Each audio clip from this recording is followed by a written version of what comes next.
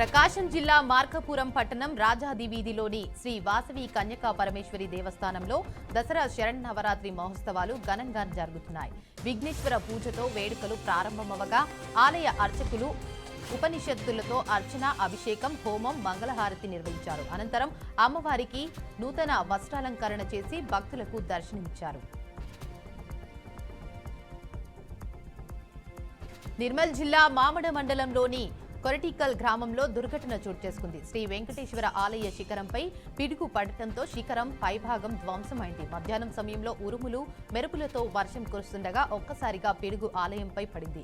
దీంతో స్థానికులు భయాందోళనకు గురయ్యారు. వెంటనే ఆలయానికి చేరుకున్న గ్రామస్తులు పిడుగు పడ్డ ఘటనను గుర్తించారు.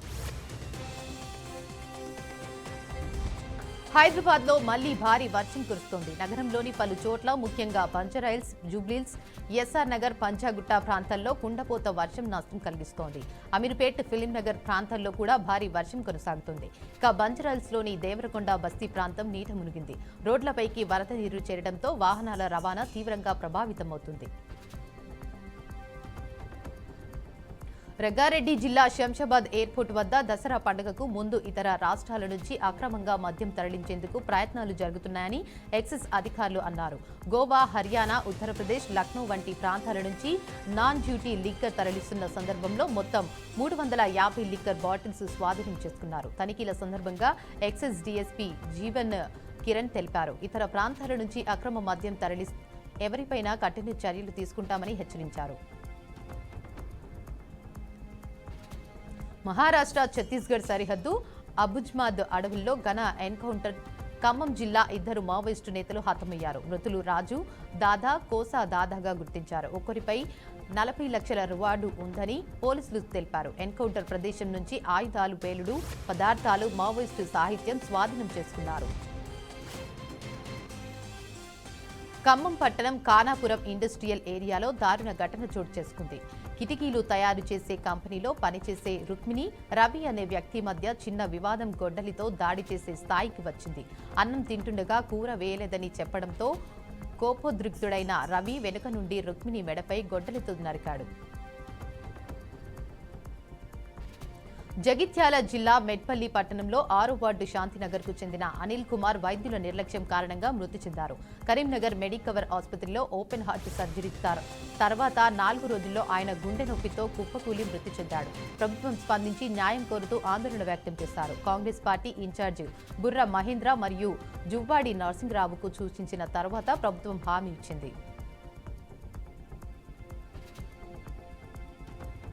మెదక్ జిల్లా చిన్న శంకరంపేట మండలం మిర్జాపల్లి గ్రామ శివారులో ఫార్మా కంపెనీ నిర్మాణానికి వ్యతిరేకంగా గ్రామస్తులు ఆందోళన వ్యక్తం చేశారు. వారు ఫార్మా కంపెనీ ప్రజాభిప్రాయ సేకరణ లేకుండా నిర్మాణం చేపడుతున్నందున అసహనం వ్యక్తం చేశారు. ఇప్పటికే కంపెనీతో సమస్యలు ఎదుర్కొంటున్నామని, మరో కంపెనీ ఏర్పాటు చేస్తే తాము ఎలా బతుకుతారో ఆవేదన వ్యక్తం చేశారు. గ్రామస్తులు ఫార్మా కంపెనీ నిర్మాణాన్ని వెంటనే వెనక్కి తీసుకోవాలని డిమాండ్ చేస్తున్నారు.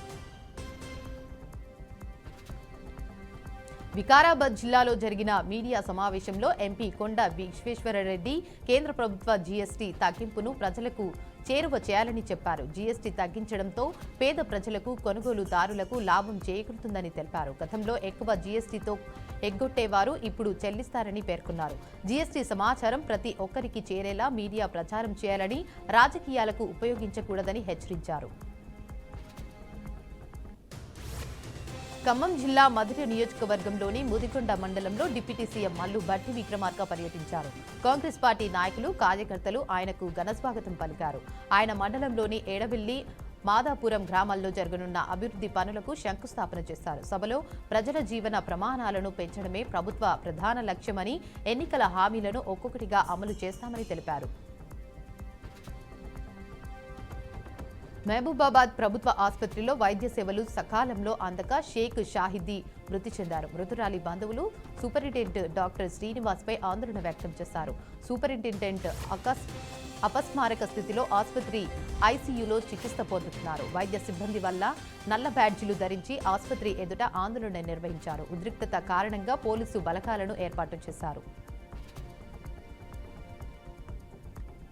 హనుమకొండ మాజీ ఎమ్మెల్యే పెద్ది సుదర్శన్ రెడ్డి మీడియా సమావేశంలో తెలిపారు.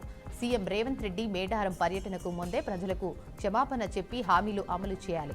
మంత్రులు సజ్జల బతుకమ్మను అవమానించారని, రైతులు యూరియా కోసం ఇబ్బంది పడుతున్నారని విమర్శించారు. పంట దిగుబడి తగ్గినా రైతులకు నష్టపరిహారం, పెండింగ్ బోనస్, రుణమాఫీపై చర్యలు తీసుకోవాలని డిమాండ్ చేశారు. రామప్ప, లక్నవరం ప్రాజెక్టుల ద్వారా గోదావరి జలాలు మేడారం జాతరకు ఇవ్వాలని కోరారు. ఏలూరు జిల్లా జంగారెడ్డిగూడెం మండలం లక్కవరం గ్రామంలో వృద్ధ దంపతులపై దొంగలు దాడి చేసి భారీ చోరీ చేశారు. రొక్కయ్య, లక్ష్మీకుమారి నిద్రలో ఉన్నప్పుడు గుర్తు తెలియని దుండగులు ఇంట్లోకి చొరబడి బంగారు ఆభరణాలు, నగదు అపహరించారు. వృద్ధులపై దాడి కూడా ప్రయత్నించినట్లు తెలిసింది. ఇక సంఘటన స్థలానికి చేరుకున్న పోలీసులు కేసు నమోదు చేసి క్లూస్ టీమ్, డాగ్ స్క్వాడ్ సహాయంతో వివరాలను సేకరిస్తూ విచారణ కొనసాగిస్తున్నారు.